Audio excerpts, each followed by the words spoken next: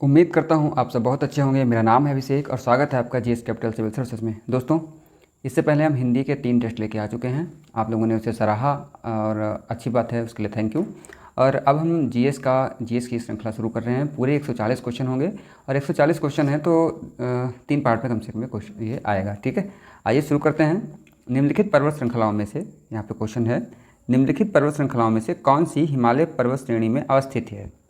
ठीक है, तो देखिए ऑप्शन यहाँ पे साफ साफ देखने में ही हमको अन्नामलाई और सिरुमलाई, ये दोनों पर्वत, ये लाई ये एक ट्रिक भी है, ये क्या, ये सब दक्षिण भारत की हैं, तो ये दोनों मिल गए। तो मतलब अगर हमें कोई ऑप्शन से ही ऐसे क्वेश्चन मिल जाए जिसमें यहाँ पे 3-4 हम हटा सकें, तो 3 और 4 ये तो नहीं होगा, यहाँ पे भी 3 है, यहाँ पे भी 3 है, तो नहीं कि 1-2 हो जाएगा। ठीक है, तो हम तो ये तो कर लिए ऑप्शन से, हमें थोड़ा सा अगर पता था। खैर, ये जो चोआऊ पर्वत है ये नेपाल और सीमा पे है। ठीक है, नेपाल, सॉरी क्या मैं बोल रहा हूँ, नेपाल और भारत की सीमा पे है। मतलब मैं सॉरी गलत कर रहा हूँ, नेपाल और तिब्बत। ठीक है, यानी ये नेपाल तिब्बत सीमा पे है। और ये है 8वां सबसे बड़ा पर्वत, सबसे लंबा, सबसे ऊंचा जिसे बोलते हैं। और लाहौल तो आपको पता है कि एवरेस्ट नंबर 1 पे होता है ऊंचाई में, उसके बाद में K2 होता है और उसके बाद में कंचनजंगा होता है, उसके बाद में आता है नाम लाहौल का। ठीक है, तो ये 4th लार्जेस्ट माउंटेन पीक है लाहौल से। ठीक, बाकी अन्नामलाई ये तमिलनाडु में पड़ता है, सिरुमलाई ये भी तमिलनाडु में पड़ता है। इस तरीके से आपका ये क्वेश्चन हो गया। आगे बढ़ जाते हैं। देखिए सदाबहार क्वेश्चन है, यहाँ पे क्रांतियाँ हैं, इनसे संबंधित है कुछ। तो देखिए ये कोई भी क्वेश्चन है, लेकिन जो सबसे सरल हमको वहाँ पे दिखता है हमको वही पकड़ना चाहिए, जो हमको आता है वही सरल होता है। ठीक है, पीली क्रांति तिलहन से मिला दीजिए, सबको पता होगा अच्छे से। ग्रे क्रांति और काली क्रांति, तो देखिए ब्लैक क्रांति जो है ये पेट्रोलियम उत्पादन से है। अब ऑप्शन भी अगर आप साथ में देख लोगे तो आपको थोड़ी सी आसानी हो जाएगी। देखिए सी का 1 में मिलाइए, तो सी का 1 2 में है। ठीक, यानी कि ये वाले तो कैंसिल हो गए। यहाँ से ये एक चीज़ और क्लियर हो गई कि भैया D3 ही आएगा। और हाँ, तो काली पेट्रोलियम, तो हमारे पास अब 2 बचते हैं। हाँ, हमको वैसे पता था हम लोगों को, लेकिन अगर नहीं पता होता, यहाँ पे 3-3 दिया होता तो क्लियर हो जाता कि हाँ भैया D3 में ही आएगा, तो एक बोझ और कम हो जाता। अब बात करते हैं, देखिए गोल्डन क्रांति। तो गोल्डन क्रांति यहाँ पे 4 ऑप्शन पड़ी है। अगर नहीं पता है उसके लिए मैं बता रहा हूँ, अगर जिसको पता है कि बागवानी और शहद से है तो मतलब ही नहीं है ये सब करने की। गोल्डन क्रांति है, गोल्डन मतलब शहद गोल्डन होता है, तो यहाँ पे हम इससे मिला देंगे। अब बची कौन, ग्रे क्रांति, वो है उर्वरक से। तो हमारा ये यहाँ पे काम हो जाता है। यानी कि कौन सा, बी का 4, यानी कि बी का 4, यानी कि ये वाला डी हमारा आंसर सही हो जाता है। बाकी क्रांति आपको पता होगा, नीली क्रांति मछली से है ना। नीली क्रांति आपको पता होगा गोल आलू से है। गुलाबी क्रांति झींगा मछली से भी है और प्याज उत्पादन से भी है। जैसे लाल क्रांति वो मांस उत्पादन से भी है और टमाटर उत्पादन से भी है। श्वेत तो पता ही होगा आपको, दूध से है। लेकिन रजत ध्यान रखना, जो रजत है ये अंडा उत्पादन से है और ये कुक्कुट पालन से भी हो जाता है। ठीक है, श्वेत सॉरी रजत, ये ध्यान रखना आप इसको। ठीक, आगे बढ़ जाते हैं और क्वेश्चन नंबर 3 की तरफ बढ़ जाते हैं। भारत की निम्नलिखित पर्वत श्रेणियों को उनकी अवस्थिति के अनुसार उत्तर से दक्षिण व्यवस्थित कीजिए। अब ये भी क्वेश्चन ट्रिकी है, ट्रिक से भी हम इसको कर सकते हैं। देखिए यहाँ पे मिल गया हमको अनायमुड़ी और दोदा बेटा, मतलब ये 3-4 यानी कि लास्ट में होंगे। अब अगर हम ऑप्शन देख लेंगे कोई 3-4 या 4-3, तो यहाँ पे देखिए 2-1 तो नहीं आएगा, क्योंकि एक नंदा देवी ये उत्तर में है, तो ये कैंसिल हो गया। यहाँ पे भी ये भी कैंसिल हो गया। अब हमारे पास 2 ऑप्शन बचते हैं, यानी कि 50% हमने चांस मार लिया है। अब हमको देखना कि नंदा देवी और K2 में कौन सबसे ऊपर है। तो देखो ये भी मेरा काम आसान हो गया, क्योंकि दोनों ऑप्शन में 2 ऊपर रखा हुआ है, यानी कि K2 तो ऊपर, मतलब ठीक है नॉर्थ में ही है। तो हमारा ऑप्शन हम सही कर लिए ना। ये हो गया 2। आप देखना है एक, अब तुमको ये देखना है कि ये अनायमुड़ी सबसे दक्षिण में है या दोदा बेटा। तो सबसे दक्षिण में है अनायमुड़ी, तो हमारा ऑप्शन ये वाला सही हो जाएगा। ठीक है, इसके लिए हम एक मैप देख लेंगे। ये देखिए यहाँ पे है दोदा बेटा, ठीक है, और ये है आपकी अनायमुड़ी। तो ये दक्षिण में, ये अनायमुड़ी कहाँ है, दक्षिण में है, और ये कहाँ है, उत्तर में है। ये उसके केरला और तमिलनाडु की सीमा पे हैं। ठीक, तो नीलगिरी जो रेंज है उसकी सबसे ऊंची चोटी भी दोदा बेटा है। ठीक है, और दक्षिण भारत की सबसे ऊंची चोटी कौन सी है, तो ये अनायमुड़ी है। इसको ध्यान में रखना, यहाँ पे लिखा हुआ है अनायमुड़ी। ठीक है, आगे बढ़ जाते हैं। क्वेश्चन नंबर 4 देखेंगे। सूची फर्स्ट को सूची सेकंड से जो मिलाना है। देखिए यहाँ पे हिमालय के शिखर दिए गए हैं और किस राज्य में है ये दिया गया है। बहुत ही अच्छा क्वेश्चन है। ये मत कहना कि बहुत सरल क्वेश्चन ला रहे हैं, सरल नहीं है, ऐसे ही क्वेश्चन आते हैं, बस आपको वहाँ पे धैर्य रखना होता है। ठीक है, तो अब इन 4 में जो आपको अच्छे से रटा हुआ हो उसको लेके चलते हैं। सबसे पहले कंचनजंगा सबको रटा होगा, कहाँ होता है, सिक्किम में होता है। ठीक है, अब नंदा देवी भी सब लोग पढ़ते हैं, कहाँ है, उत्तराखंड में है। ठीक, अब K2 कहाँ है, K2 लद्दाख में है। तार पहाड़, अब देखिए मुझे लगता है जो भी लोग ये देख रहे होंगे कुछ लोगों को ही तारा पहाड़ पता होगा, लेकिन अगर नहीं भी पता था, देखिए अब ऐसे ही क्वेश्चन आयोग में जो आते हैं वो आपसे सब नहीं, वो नहीं जान कह रहा है कि आपको सब आता हो। तारा पहाड़ नहीं भी पता था फिर भी आपको आज पता चल गया पेपर में। कहाँ है वो? हिमाचल प्रदेश में। क्योंकि भाई मैंने 3 तो मिला लिए ना, तो चौथा तो खुद ब खुद मिल गया है ना। तो देखिए भैया ए का 2 और बी का 1, ए का 2 और बी का 1, ए का 2 और बी का 1, यानी कि ये वाला ऑप्शन सही हो जाएगा। ठीक, समझ में आ गई बात। आगे बढ़ जाते हैं क्वेश्चन नंबर 5 की ओर। प्रायद्वीपीय पठार के संबंध में क्या सही नहीं है? आइए पढ़ते हैं। इस भूखंड की ऊंचाई लगभग 1000 से 1500 मीटर है। पहले 3 पढ़ लेते हैं तीनों। दूसरा कह रहा है प्रायद्वीप की ऊंचाई सामान्यतः पश्चिम से पूर्व की ओर कम होती जाती है। नंबर 3, इसके पूर्व में गिर पहाड़ियाँ और पश्चिम में राजमहल पहाड़ियाँ हैं। अच्छा, अब आइए फिर से इसको पढ़ते हैं। प्रायद्वीपीय पठार की ये जो भूखंड की ऊंचाई है ये लगभग 600 से 900 मीटर के मध्य है। मतलब ये क्वेश्चन क्या हो गया? ये ऑप्शन हमारा गलत हो गया। प्रायद्वीपीय पठार प्राचीन गोंडवाना भूमि का भाग है जो त्रिभुजाकार आकृति में फैला हुआ है ना। ये देखो ना, ऐसे है ना, ऐसे कुछ मान लो, ऐसे त्रिभुजाकार आकृति में फैला हुआ है और इसकी औसत जो ऊंचाई है वो 600 से 900 मीटर के मध्य है। ठीक। अच्छा, दूसरा कह रहा है प्रायद्वीप की, यहाँ पे कह रहा है कि प्रायद्वीप की ऊंचाई सामान्यतः पश्चिम से पूर्व की ओर कम हो जाती है। तो प्रायद्वीप की पठार जो ऊंचाई है पश्चिम से पूर्व की ओर कम हो जाती है।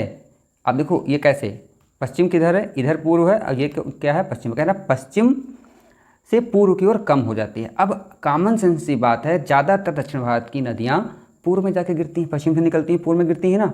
तो बिल्कुल सही बात कह रहा है कि नहीं? पश्चिम से पूर्व की ओर कम हो जाती है ऊंचाई, यानी कि ये वाला बिल्कुल सही है। ठीक, समझ में आई बात। इसके पूर्व में गिर पहाड़ियाँ और पश्चिम में राजमहल पहाड़ियाँ हैं। अब यहाँ पे ये देखना है आपको। देखिए गिर पहाड़ियाँ कहाँ हैं? कहाँ है ना, इधर गुजरात वाले रेंज में है और गुजरात के इधर है पूर्व की पश्चिम, यहाँ पे मैंने पश्चिम है ना। तो ये तो भाई गलत कह रहा है कि पूर्व में गिर पहाड़ियाँ हैं, गलत हो गया बिल्कुल। ये उल्टा कह रहा है, यानी ये वाला भी गलत हो गया। ऑप्शन देख लीजिए। अब देखिए यहाँ पे अगर थोड़ा सा कॉमन सेंस लगाओगे तो आराम से हो जाएगा, अगर नहीं भी बताया फिर भी हो जाएगा। ठीक है, तो यहाँ पे कह रहा है कि कम हो जाती है। देखिए कह रहा है कि सही नहीं है, मतलब एक ये वाला नहीं सही है, एक ये वाला, यानी कि 1 और 3 आंसर होना चाहिए और 1 और 3 आंसर हमारा यहाँ पे मिल जाता है। ठीक है, आगे बढ़ जाते हैं क्वेश्चन नंबर 6 की ओर।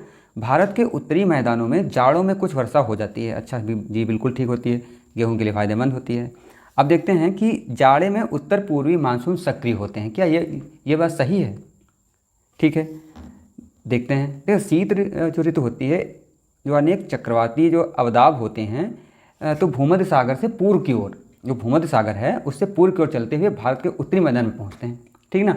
तो इस क्षेत्र में ये जो थोड़ी मात्रा में वर्षा भी करते हैं, जो गेहूं की फसल के लिए अत्यंत लाभकारी होती है, वही अक्टूबर और नवंबर में।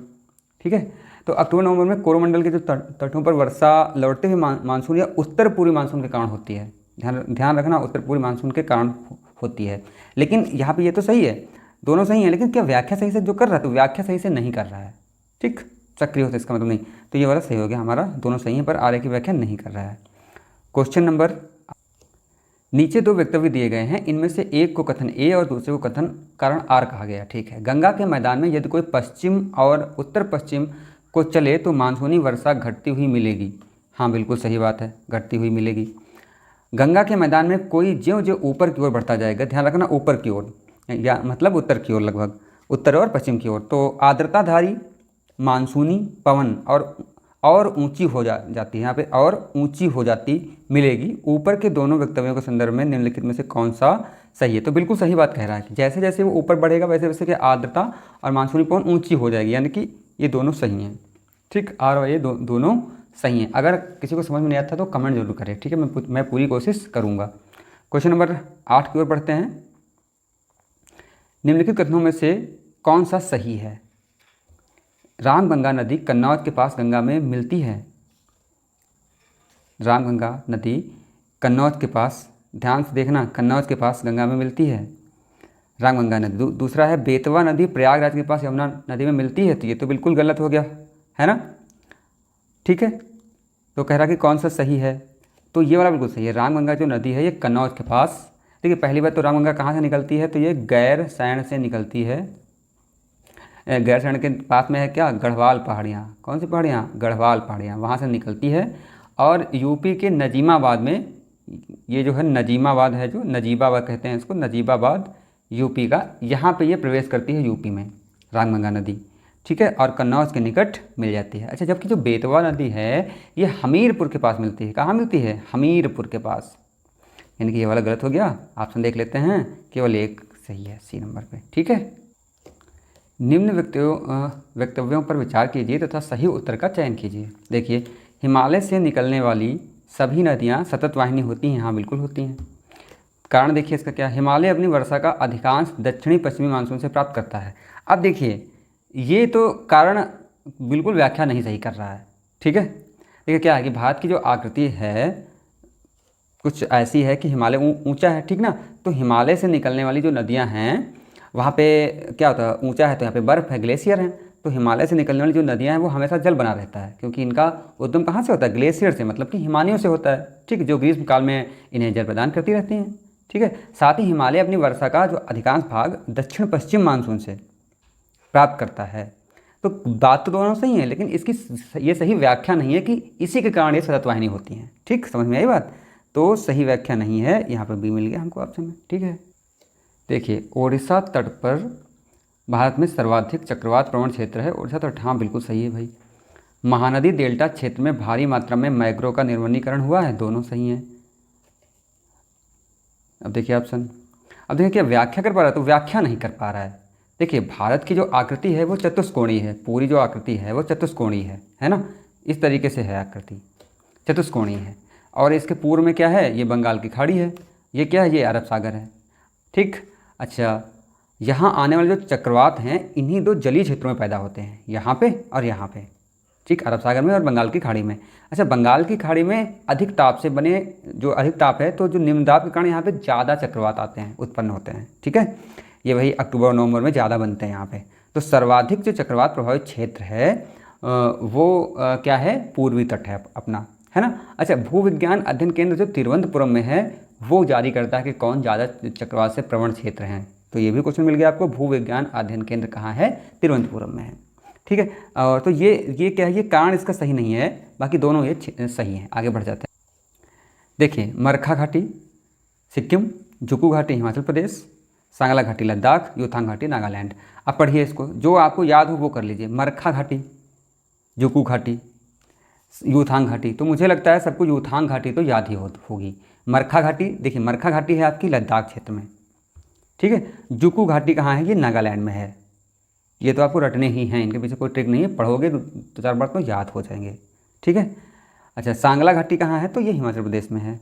यूथांग बची कहाँ है? ये सिक्किम में है। तो ऐसे आप लोग इसको कर लोगे। आगे बढ़ जाते हैं, क्वेश्चन नंबर 12 देखते हैं। कह रहा है कि सूची झील और उनका प्रकार मिलाना है, ठीक है, ठीक है, तो मिलाइए भाई। अष्टमुखी कयल, यानी कि इसको कयाल कहते हैं, और हिमायत सागर, डल झील, त्सोगमो झील, ठीक है। पहले करते हैं, फिर आपको इसकी एक ट्रिक बताएंगे। अष्टमुडी जो है ये केरल में है, ठीक है, अष्टमुडी, और ये केरल में है, ये कयाल झील है, सॉरी लैगून झील है। ये लैगून है, कैसे कि समुद्र से जो पानी आया फिर वहाँ पे रुक गया, इसे लैगून बोलते हैं। जैसे ये क्षेत्र है, ये समुद्र है, यहाँ से पानी आया फिर यहाँ पे रुक गया, ये है ना, ये हो गया लैगून झील हो गया। जो आपकी जो डल झील है ये मीठे पानी की अवशिष्ट झील है, ठीक है, डल झील जो मीठे पानी की अवशिष्ट झील है। अच्छा, और ये जो है आपकी त्सोगमो, इनके नाम तिब्बती भाषा में है, ये सिक्किम में होती, ये सिक्किम में है, सिक्किम में है। और ये जो सिक्किम में है तो ये क्या है? हिम नदी है, ठीक है। ये क्या है? ये एक जो ग्लेशियर पिघलते हैं उसी से बनती है। हिमायत सागर क्या है? ये कृत्रिम मीठे पानी की झील है। आइए अब देख लेते हैं। तो बी का 4 ही जो मिलाते हैं, बी का 4 तो 2 में है, यानी कि ये कैंसिल हो गया कि ये कैंसिल हो गया। अच्छा, डी का 3 मिला लेते हैं भाई, डी का 3 यहाँ भी, डी का 3 यहाँ भी, तो यानी कि तो मेरे पास दो ऑप्शन है। बी का 4 नहीं, डी का 3 यहाँ नहीं है, मतलब ये वाला सही हो जाता है 1 नंबर, ठीक है। अच्छा, अब यहाँ पे ट्रिक देखिए क्या है। देखिए, यहाँ पे 4 ऑप्शन दिए गए हैं, एक का नाम रखा गया हिमायत सागर। ऐसा लग रहा है कि ये बाद में नाम रखा गया, या मतलब कुछ ऐसा है कि किसी मानव ने मिलकर बना दिया और किसी के नाम पे रख दिया, है ना। तो कृत्रिम मीठे पानी की झील, यहाँ पे कृत्रिम लग गया, मतलब हिमायत क्या होगी? वो कृत्रिम ही होगी, ठीक। यानी कि बी का 4, देखिए बी का 4 आपको 50% क्वेश्चन हो गया था। फिर अगर अष्टमुडी पता था, लैगून है, यानी कि ए का 2, यानी कि ए का 2, तो यहाँ पे एक ही ऑप्शन हमको मिलता था, वो हम सही कर लेते, ठीक। आगे बढ़ जाते हैं। भारत में वर्षा के बारे में निम्नलिखित कथनों में से कौन सा सही है, ठीक है, देख लेते हैं। भारत में अधिकांश वर्षा दक्षिण पश्चिम मानसून के कारण होती है। हाँ जी, बिल्कुल सही है, दक्षिण पश्चिम मानसून के कारण होती है। दक्षिण भारत में वर्षा पूर्वी घाटों से दूर घटती जाती है। हाँ बिल्कुल ठीक है, ये बिल्कुल दोनों सही है। भाई पूर्वी जो घाट है, पूर्वी घाट से दूर, जैसे जैसे इधर को जाएगी वर्षा वैसे वैसे घटती जाएगी। ठीक है, आगे बढ़ जाते हैं क्वेश्चन नंबर 14 की तरफ। भारत में दक्षिण पश्चिमी मानसून के अंतर प्रवाह के, ध्यान रखना, दक्षिण पश्चिमी मानसून के अंतर प्रवाह के संदर्भ में निम्नलिखित कथनों पर विचार कीजिए। ठीक है, आइए करते हैं। पंजाब एवं निकटवर्ती हिमालय के क्षेत्रों में अरब सागर की धारा बंगाल की खाड़ी की धारा से मिल जाती है। तो ये चीज़ क्या है, बिल्कुल सही है। देखिए क्या होता है कि जो भारत में जो मानसून आता है, तो ये दक्षिण पश्चिम मानसून जो होता है ये दो शाखाओं में, एक तो अरब सागर वाली शाखा होती है, एक बंगाल की ये खाड़ी वाली होती है ना। तो ये दोनों प्रविष्ट करती हैं और ये अंत में जाके यहाँ पंजाब में मिल जाती हैं, लेकिन तब तक ये शुष्क हो चुकी होती हैं, इनकी आर्द्रता क्षीण हो चुकी होती है। देखिए आगे देखते हैं। विराम और शुष्क मौसम की अवधियाँ दक्षिण पश्चिम मानसून की विशेषताएँ नहीं हैं। नहीं, तो ये वाला बिल्कुल गलत है, होता है, क्योंकि जब ये देखो जब मानसून प्रवेश करता है तो कभी कभी बीच में भी बारिश नहीं जो होती है तो उसको विराम या शुष्क मौसम की जो अवस्था कह देते हैं। ठीक है, यानी कि केवल एक सही है यहाँ पे। आगे बढ़ जाते हैं क्वेश्चन नंबर 15। देखिए यहाँ पे सूची 1 सूची 2 को मिलाना है। वन प्रकार हैं और प्रदेश हैं। कह रहा कि उष्णकटिबंधीय आर्द्र पर्णपाती, ये देखिए यहाँ पे 4 दिए गए हैं। आर्द्र पर्णपाती ये कहाँ, ये तराई में, जहाँ पे पर्णपाती तो हैं यानी कि जो पत्ते हैं वो गिरा देते हैं, लेकिन आर्द्रता भी बनी रहती है, यानी कि तराई जहाँ पे पानी भरा रहता है, जल भरा हो। ठीक है, उष्णकटिबंधीय शुष्क पर्णपाती, देखिए शुष्क जो पर्णपाती हैं ये यहाँ पे ऑप्शन है ये गंगा मैदान, यहाँ पे ये वाला बिल्कुल सही हो जाएगा। अल्पाइन ऊंचे प्रदेशों में तो अरुणाचल प्रदेश में, यानी कि उधर मिलेगा। और उष्णकटिबंधीय सदाबहार, तो देखिए सदाबहार यहाँ पे सहराद यानी कि पश्चिमी घाट में आपको यहाँ पे सदाबहार मिल जाएंगे। तो ये आपके ऑप्शन हो गए, यानी कि डी का 2 यहाँ पे 2 में है। ठीक है, ये वाला कैंसिल हो गया, ये वाला कैंसिल हो गया। और अब देखते हैं सी का 1 किसमें, सी का 1 इसमें भी है, तो यही वाला सही हो जाता है आपका ए नंबर। क्वेश्चन नंबर 16 की तरफ बढ़ जाता है। देखिए भाई कथन और कारण दिए गए हैं। भारत में पश्चिमी तट की तुलना में पूर्वी तट में धान का उत्पादन अधिक होता है। फिर से पढ़ लो, पश्चिमी तट की तुलना में पूर्वी तट में धान का उत्पादन अधिक होता है। तो बिल्कुल सही बात है, क्योंकि पश्चिमी तट ऊंचा है और पूर्वी तट में नदियाँ ज़्यादातर उधर गिरती हैं और उधर धान की खेती ज़्यादा होती है। ठीक है, भारत के पूर्वी तट पर पश्चिमी तट की तुलना में अधिक वर्षा होती है। तो भारत के पूर्व तट पर पश्चिमी तट की तुलना में कम वर्षा होती है। ठीक है, पूर्व तट पे, तो यानी कि ए सही है और आर गलत है। ए सही है और आर गलत है, ये वाली ऑप्शन मिल गया। ठीक है, आगे बढ़ जाते हैं। फसल चक्र के संदर्भ में निम्नलिखित में से कौन सा कथन सही है। देखिए, गहरी जड़ों वाली फसलों के बाद उसी तरह की फसलें उगानी चाहिए, क्या ये सही है। ध्यान से पढ़ो इसको। फसल चक्र सिद्धांत के अनुसार जो उत्तम फसल उत्पादकता प्राप्त करने के लिए काम किया जाता है, तो उथली जड़ वाली जो फसलों के बाद गहरी जड़ वाली फसल उगानी चाहिए। लेकिन यहाँ पे क्या कह रहा है, गहरी वाली बात कर रहा है। ठीक है, तो फलीदार फसल के बाद बिना फली वाली फसल लेनी चाहिए, बिल्कुल सही बात है। लेकिन यहाँ पे क्या कह रहा है, उल्टी बात कर रहा है, यानी कि गलत हो गया। देखिए क्या है कि उथली जड़ वाली जो फसल के बाद गहरी जड़ वाली फसल उगानी चाहिए, और फलीदार फसलों के बाद बिना फली वाली फसल उगानी चाहिए। अधिक जल की आवश्यकता वाली फसलों के बाद कम जल की आवश्यकता वाली फसलें उगानी चाहिए। ऐसे क्या होता है कि कृषि साधनों का प्रयोग, ये चलिए ये बाद में बताते हैं। क्वेश्चन नंबर 18 की ओर बढ़ जाते हैं। यहाँ पे मिलान करना है। अब ये ऐसे क्वेश्चन अब आजकल ज़्यादा आने लगे हैं। ठीक है, पढ़िए। पहला लिखा है CRIDA, इसका मतलब है central research institute for dry land agriculture. अब ये बहुत खतरनाक क्वेश्चन होते हैं, वहाँ पे दिमाग नहीं काम किया कि DA से क्या हो तो आपको गड़बड़ हो जाएगा। तो ड्राई लैंड कहाँ है, ये हैदराबाद में है, इसको ध्यान में रखना। IIPR, इसका मतलब क्या, इंडियन इंस्टीट्यूट। देखिए आई कहीं आए तो इंडियन इंस्टीट्यूट आप लोग इसको मान सकते हैं। और ये CR कहीं आया तो सेंट्रल रिसर्च, ये CRI सेंट्रल रिसर्च इंस्टीट्यूट मान सकते हैं। अगर आपको याद नहीं आ रहा है तो आप जोड़ के देख सकते हो, तो ये ट्रिक है ना। तो इंडियन इंस्टीट्यूट आप ये है पल्सेस रिसर्च। तो ये कहाँ है आपका, दाल वाला कहाँ है आपका, ये कानपुर में हो जाएगा। IGFRI जो है, IG ये है Indian grassland and fodder research institute, ये कहाँ है, चारा वाला कहाँ है भाई, फोडर, तो ये झांसी में हो गया। अब कौन बताया, UPCAR बचा, यानी कि Uttar Pradesh council of agriculture research. ये कहाँ हो जाएगा, ये लखनऊ में हो जाएगा। तो आप लोग कर लोगे। आगे बढ़ जाते हैं क्वेश्चन नंबर 19 की तरफ। 19 कह रहा है कि कॉलम 1 से कॉलम 2 को मिलाइए। ठीक है, यहाँ पे कुछ कृषि दी गई हैं और उनके क्षेत्र दिए गए हैं, वो हमको देखना है। देखिए, झूमिंग का मतलब ही होता है कि स्थानांतरित कृषि, है ना। तो जो स्थानांतरित कृषि हैं, जो यहाँ पे किया फिर छोड़ दिया, फिर आगे किया, फिर वहाँ पे काटा, फिर आगे किया, इसको कहते हैं झूमिंग कृषि। मतलब पर्वतों पे एक जगह पे कृषि करते हैं, फिर उसको छोड़ देते हैं, उसकी उर्वरता पुनः आती है, फिर वहाँ पे कृषि करते हैं। तो इसको कहते हैं स्थानांतरित कृषि, यानी कि स्थान बदल बदल के कृषि करना। तो कौन से क्षेत्र में उसका क्या नाम है, वो यहाँ पे बात की गई है।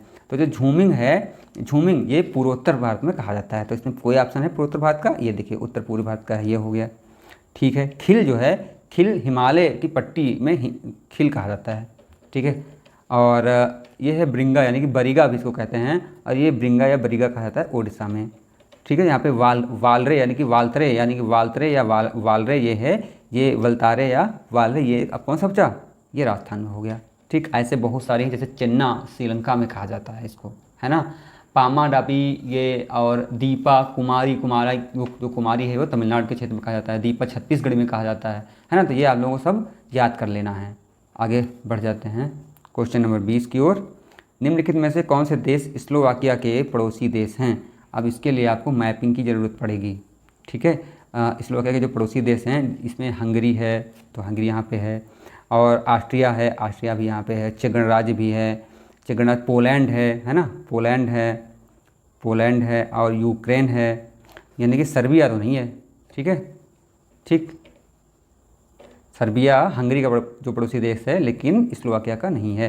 स्लोवाकिया के कौन कौन से हैं, तो चेक गणराज्य, हंगरी, ऑस्ट्रिया, पोलैंड, और कौन सा बताया था, यूक्रेन है इसका। तो ये ध्यान रखना है। आगे बढ़ जाते हैं क्वेश्चन नंबर। यहाँ पे देश और राजधानी कहरा मिलाने के लिए, अब ये क्वेश्चन ऐसे बहुत सारे आते हैं। अच्छा, अभी ज़्यादातर आपने देखे कथन कारण वाले क्वेश्चन, तो इससे ये मत कहना कि ये कहाँ से जो ले आया। देखिए, साधारण कथन कारण है, तो ये तो आपसे अपेक्षा की जा सकती है, बहुत ज़्यादा कठिन नहीं है। अब देखते हैं राजधानियाँ, स्लोवाकिया, बुल्गारिया, रोमानिया, हंगरी, कुछ तो आपको याद ही होंगी। और अच्छी बात ये होती है, कूट वाले क्वेश्चन में अच्छी बात ये होती है कि अगर हमने प्रथम दृष्टिया क्वेश्चन देखा और हमें कुछ याद नहीं आ रहा है, फिर भी संभावना होती है हम क्वेश्चन कर लेंगे। लेकिन जो वन लाइनर क्वेश्चन होता है, याद नहीं है तो फिर याद नहीं है, उसमें कोई अपना जोर नहीं चलता है। ठीक है, आइए देखते हैं। यहाँ पे कोई भी आपको तो एक राजधानी याद ही होगी, मैं ऐसी आपसे अपेक्षा करता हूँ, है ना। जो लोग बिगिनर हैं उनकी बात नहीं कर रहा हूँ, या जो बिगिनर हैं उनको भी राजधानी तो पहले रट लेनी चाहिए ही, है ना। तो रोमानिया अच्छे से हम लोग बहुत पढ़ते हैं और देखते हैं। तो रोमानिया की है बुखारेस्ट, क्या है, बुखारेस्ट, देख लीजिए कहाँ है, ये देखिए, मिला दीजिए। हंगरी की क्या है, बुडापेस्ट, हंगरी की क्या है, बुडापेस्ट, इसमें मिला दीजिए। बुल्गारिया की क्या राजधानी है, सोफिया, इसमें मिला दीजिए। ठीक है, और स्लोवाकिया कौन सी, ये ब्रातिस्लावा, इसकी बच गई। अब कूट आप लोग मिला लेना। बढ़ जाते हैं अपने अगले क्वेश्चन की ओर। अंध महाद्वीप, यहाँ पे कह रहा है कि सुमेलित करिए भाई। अंध महाद्वीप, विश्व की छत, हजार झीलों का देश, मोतियों का द्वीप। ठीक है, तो देखिए, विश्व की छत तो पामीर के पठार को कहते हैं, यानी कि बी का 4 तो हमको ऐसे मिल गया। हजार झीलों के देश को फिनलैंड कहते हैं। अंध महाद्वीप कहते हैं अफ्रीका को। जंगल बहुत सारे हैं, दिखता नहीं, कई कारण है इसको अंध कहने की, ठीक, लंबी कहानी है इनके। अंध वैसे अफ्रीका को याद कर लो। अब कौन सा बचा, एक ही बचा होगा, मोतियों का द्वीप बहरीन, सरल है, आप लोग इसको मिला लेना। ठीक, आगे बढ़ जाते हैं क्वेश्चन नंबर 23 की तरफ। यहाँ पे कथनों पर विचार करना है। ठीक है, कोयला अवसादी शैल है सॉरी, बिल्कुल सही बात है। बेसाल्ट अग्नेय शैल है, बिल्कुल सही बात है। चट्टानों पे एक वीडियो में लेके आऊँगा अलग से, क्योंकि यहाँ पे अगर जितनी ही व्याख्या जो करेंगे उतनी ज़्यादा बढ़ती जाएगी वीडियो की टाइमिंग, है ना। ज्वालामुखी जो उद्गार होता है, उद्गार के समय भूगर्भ से जो निकले लावा होते हैं, जो भूगर्भ होता है ना जैसे, तो ज्वालामुखी के जो अंदर है वो मैग्मा होता है, थोड़ा सा ध्यान रख लो। अब यही मैग्मा जब बाहर आके फैलता है तो ये बन जाता है, सूखता है तो ये बन जाता है लावा। ठीक है, और ये धरातल पर आके ठंडा हो जाता है। ठंडा होने के पश्चात ये अग्नेय शैलों में परिवर्तित हो जाता है, अग्नेय शैलों में परिवर्तित हो जाता है। इन्हें प्राथमिक शैल भी कहा जाता है, क्योंकि ये लावा से सीधे बन जाती हैं। ठीक, समझ में आया। इनमें जीवाश्म नहीं पाए जाते हैं, क्योंकि ये नीचे से निकल के यहाँ पे आए, तो कहाँ से जीवाश्म आएंगे, समझ में। इनके उदाहरण क्या होते हैं, जैसे ग्रेनाइट, जैसे बेसाल्ट, ठीक है, बेसाल्ट हैं, डायोराइट है, गैब्रो हैं, ये सब इनके उदाहरण हैं। ठीक, अच्छा, अवसादी शैल, ये चट्टान जो होते हैं, ये चट्टान के चूर्ण कि एकत्र होकर नीचे जमा हो जाते हैं और इनसे अवसादी सेल का निर्माण होता है। इसमें जीवाश्म पाए जाते हैं। समझ में आई बात? जैसे अब जो यही है ना आग्नेय चट्टानें हैं, ये टूटेंगे फिर क्या होंगे, एक पास इकट्ठा होंगे। ठीक, अब जब इकट्ठा होंगे तो वहाँ पे कुछ जैविक चीज़ें भी आ जाएंगी, होंगी वहाँ पे पड़ी होंगी, कालांतर समय बीतता जाएगा। ठीक, तो ये जब बनती हैं चट्टान, ये क्या होती हैं, ये फिर इसमें कोयला, खड़िया, डोलोमाइट, चूना पत्थर, ये सब निकलता है अवसादी सेलों में। ठीक, बढ़ जाते हैं अपने 24 नंबर क्वेश्चन की ओर। देखिए, उच्चतम शिखर और देश को मिलाना है यहाँ पे। देखिए, माउंट लोगन कहाँ है ये, तो माउंट लोगन एक कनाडा में है। ठीक है, कनाडा का उच्चतम शिखर है ये। माउंट मैकिनले तो सबको पता होगा कहाँ है, ये यूएसए में है, और यूएसए के में कहाँ है, तो ये अलास्का में है। और माउंट कस्यूस्को कहाँ है, ये ऑस्ट्रेलिया का सबसे ऊंचा शिखर है। ठीक है, बढ़ जाते हैं अपने 25 नंबर क्वेश्चन की ओर। परिप्रशांत मेखला सुनामी का अति संवेदनशील क्षेत्र है। बिल्कुल सही बात है। यह मेखला विवर्तनिकी दृष्टि से अति सक्रिय क्षेत्र है और विश्व के प्रमुख भूकंपों का स्रोत है। बिल्कुल सही बात है, और ये स्पष्टीकरण भी इसका है। देखिए, ये यहाँ पे जो परिप्रशांत श्रेणी है, ये सब क्या है, ये प्लेट है। यहाँ पे प्लेटों का किनारा है, संघर्षी किनारा, संघर्ष किया करता है ना। तो यहाँ पे क्या ज्वालामुखी और जो भूकंप दोनों आते हैं। भूगोल की क्लास में अच्छे से इसको समझाएंगे, अभी इतना समय नहीं है। क्वेश्चन नंबर 26 की ओर बढ़ जाते हैं। निम्नलिखित नदियों पर विचार कीजिए। ठीक है, डोन, यहाँ पे डॉन भी इसको कह देते हैं, सीर दरिया, वोल्गा और यूराल। ध्यान रखना, यूराल पर्वत भी है और यूराल नदी भी है। तो यहाँ पे कह रहा है कि उपयुक्त नदियों में से कौन सी स्थल रुद्र कैस्पियन सागर में आ बहती है। अच्छा, ये देखना है। तो जो कैस्पियन सागर में वोल्गा आ बहती है और यूराल आ बहती है। वोल्गा और जो यूराल नदियां हैं, ये स्थल रुद्र कैस्पियन सागर जो है, ये स्थल से घिरा हुआ है, इसमें गिरती हैं। जबकि ये डान है, ये काला सागर में गिरती है। डान कहाँ गिरती है, ये काला सागर में गिरती है। और सीर जो है, ये ध्यान रखना, अरल सागर में गिरती है। अमू और सीर दरिया जो कि अरल सागर में गिरती हैं, ये दरिया भी सूख गई हैं और ये अरल सागर भी सूख गया है। ठीक है, क्वेश्चन नंबर 27 को बढ़ जाते हैं। सूची फर्स्ट को सूची सेकंड से मिलाना है। कह रहा है कि नदी और नगर, किस नदी के किनारे कौन से नगर बसे हैं। तो ये सीन पेरिस तो बिल्कुल सही है ना, सीन पेरिस, ये आपको लोगों को याद होगा। स्प्री नदी बर्लिन। ठीक है, अब बची है एल्ब और राइन। तो एल्ब नदी जो है ये हैम्बर्ग में है और राइन नदी बान में है। ठीक है, तो ये आप लोग इसको मिला लेना। आगे बढ़ते हैं। ग्रीष्म में महाद्वीपों और महासागरों के बीच तापमान विपर्याप्तता शीत ऋतु की अपेक्षा अधिक होता है। शीत ऋतु की अपेक्षा अधिक होता है, बिल्कुल सही बात है। देखिए, अगला कह रहा है, कथन इसका कहा है, जल की विशिष्ट ऊष्मा भूपृष्ठ की विशिष्ट ऊष्मा की अपेक्षा अधिक होती है। हाँ, अधिक होती है। ठीक है, उपयुक्त। तो अच्छा देखिए, ये देखिए क्या है कि ये बात तो दोनों सही हैं, लेकिन क्या ये विशिष्ट ऊष्मा बहुत होना ही मात्र कारण है? तो नहीं, व्याख्या तो ठीक से नहीं कर रहा है, कथन दोनों सही है। देखिए क्या है, संपूर्ण पृथ्वी जल और स्थल दो क्षेत्रों में बटी है, सबको पता है। दोनों क्षेत्रों में मौसमानुसार ताप में अंतर पाया जाता है।